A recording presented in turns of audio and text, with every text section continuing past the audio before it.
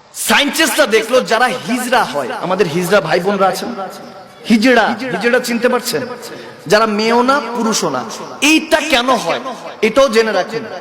গবেষণায় সায়েন্টিস্টরা দেখছে, গবেষণা করে, যে হিজড়ার কাছে ডাবল এক্স ওয়াই হয়। কি হয়? Double X Y.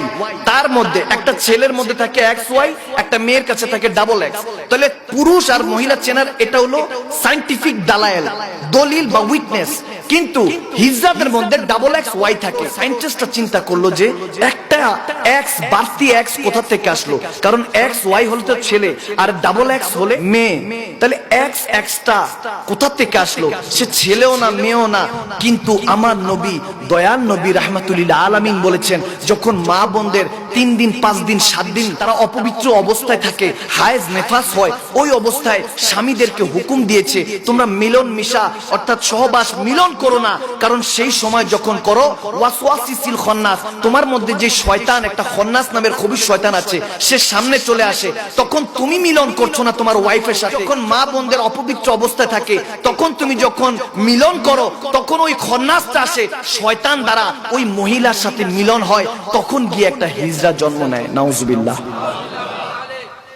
আমার নবী নিষেধ করেছেন যে যখন তুমি তোমার ওয়াইফের সাথে, বউর সাথে, স্ত্রীর সাথে থাকবা, যখন তার 3 দিন 5 দিন 7 দিন মাসিক যায়, ঋতুস্রাব যায়, হায়েজ নেফাস হয় আরবি ভাষায়, তখন ওই টাইমটা তুমি তোমার স্ত্রীর কাছ থেকে একটু দূরে থাকবা।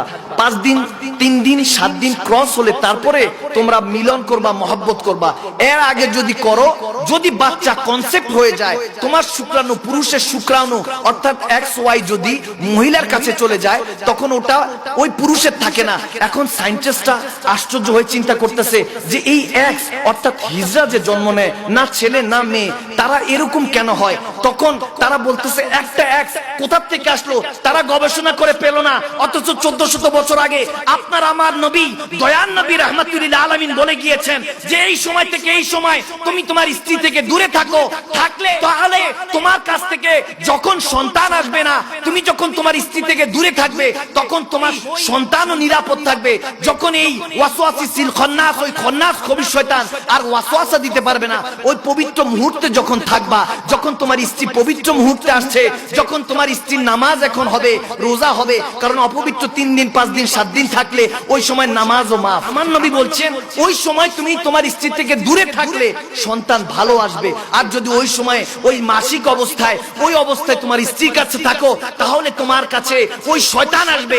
সায়েন্টিস্টরা তো পৌঁছাইতে পারলো না, কিন্তু ইসলাম, আমার রাসূল 1400 বছর আগে মদিনার অলিগলি, মক্কার অলিগলিতে এই কথা বলে গিয়েছেন। কি সুবহানাল্লাহর জোরে বলেন? তাহলে ইসলাম আগে না সায়েন্স আগে? বিজ্ঞান আগে না কোরআন আগে?